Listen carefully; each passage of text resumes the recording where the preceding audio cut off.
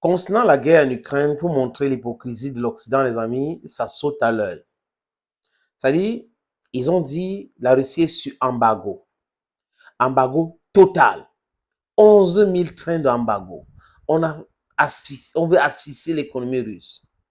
Bruno Le Maire avait même dit que c'est une guerre totale sur l'économie russe. Mais la guerre totale, est-ce qu'elle existe? La réponse, elle est non. Elle n'existe pas. Est-ce que l'Europe a la capacité de mener une guerre totale contre la Russie? La réponse, elle est là. Simple, non. Parce que la cherté de la matière première que l'Europe ne détienne pas pose un problème énorme sur l'industrialisation de l'Europe. Ils n'ont pas de matière première, ils doivent acheter. Imaginez donc qu'ils partent acheter très loin. Les prix vont augmenter et ça ne serait pas compétitif. Alors qu'à côté, il y en a. Vous voyez un peu. Donc, ils ne sont pas cohérents dans leurs démarches, cohérents dans leur discours. C'est certains naïfs qui croient encore à ces différents discours de ce genre-là. Il y a même un épisode, les amis, où Poutine a parlé des missiles que les Américains veulent installer en Allemagne.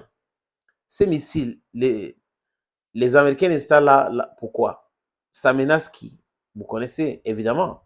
Et est-ce que Poutine, c'est le genre de se laisser faire croiser les bras? Non, il a passé un message aussi clair qu'ils vont installer les missiles chez leurs partenaires aussi de la même façon pointés à toutes ces destinations-là.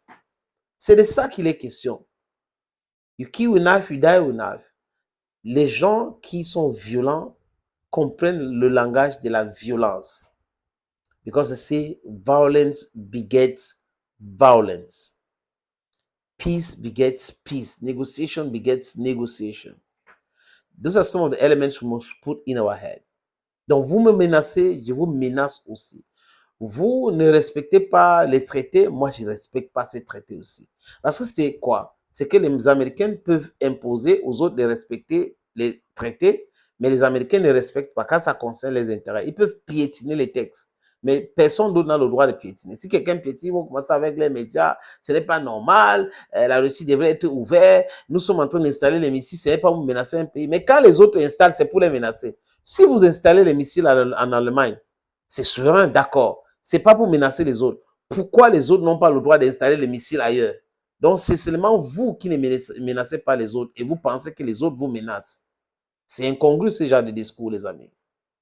Donc, les gens qui sont comme ça, double standard, double langage, incohérence, mensonge en répétition, est-ce qu'ils peuvent être sérieux?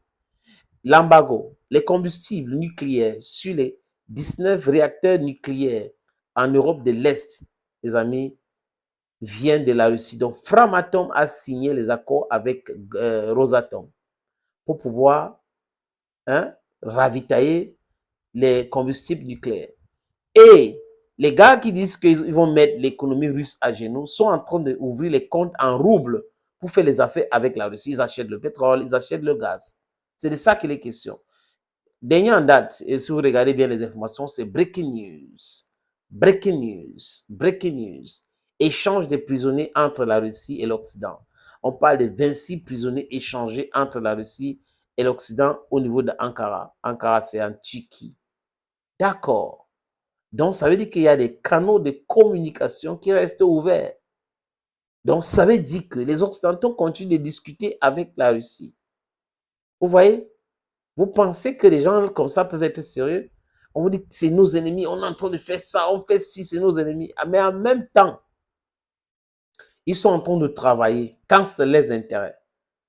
Parce qu'ils ne peuvent pas laisser mourir leur économie pour l'Ukraine, pour rien au monde. Mais ils peuvent encourager les autres de laisser mourir leur économie parce qu'ils veulent être des patrons du monde. Les autres peuvent devenir faibles et eux, ils sont toujours forts. Mais les gens ont compris.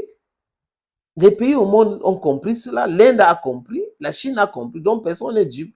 Personne ne veut tomber dans leur propre piège aujourd'hui. Donc, ils sont dans ce piège-là. Et they don't know how to come up from this deep slumber because it's so complicated to them. Very difficult for them to comprehend these things. People are becoming very wise today. They are very intelligent. They have the correct information. They know how to analyze this information. And we are fighting so that every single person should have the right information.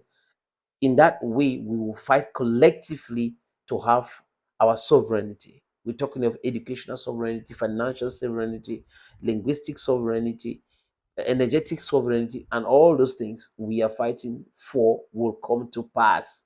Because that is justice for you, les amis. Les autres sont dans quoi? Le lesbrouf, le racontage, la manipulation, la tantaronadisme et autres. On connaît ces choses-là. Nous autres, on est en train de faire ce travail grâce à vous aussi. La conscientisation. Thank you, friends. Bye-bye.